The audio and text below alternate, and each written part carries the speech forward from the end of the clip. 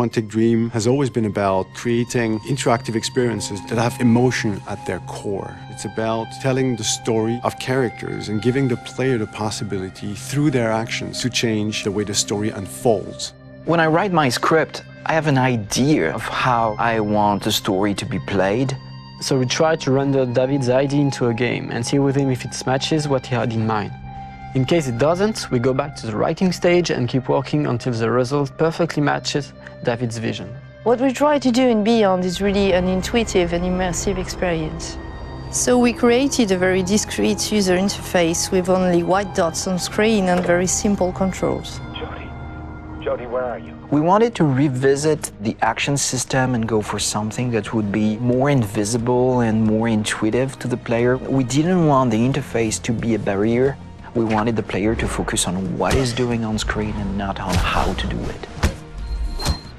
Ideally, the player will forget that he has a controller in his hand and will just jump into the screen. One of the major revolutions in Beyond is the way Jody Holmes moves. Depending on the context, depending on your emotional state, you see the character of Jody moving differently, walking differently, looking around differently.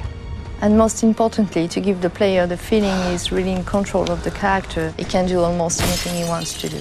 You can talk to other people, interact with objects, and also run, jump, shoot, drive a motorcycle, or even ride a horse. What was really challenging also is that the story goes on for 15 years of Jody's life. When Jody's a kid, for instance, you can do different things than when she's a teenager or an adult. Giving this much animation to a character, it's really new. It has never been done to that extent, and it really makes the character come alive like never before.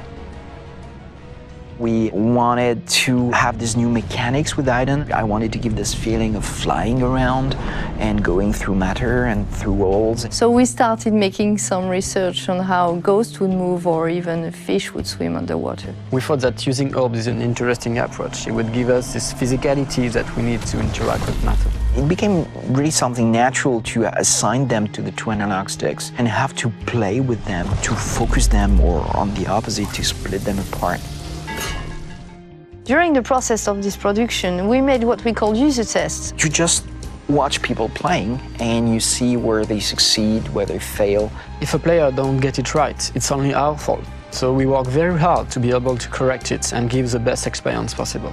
After each user test, it's meeting after meeting just to find a good solution to every single issue the player may have had. I guess what we're looking for with the gameplay is really to find an interface that will allow you to play live.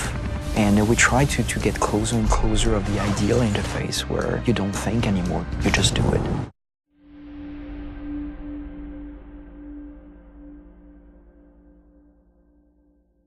PlayStation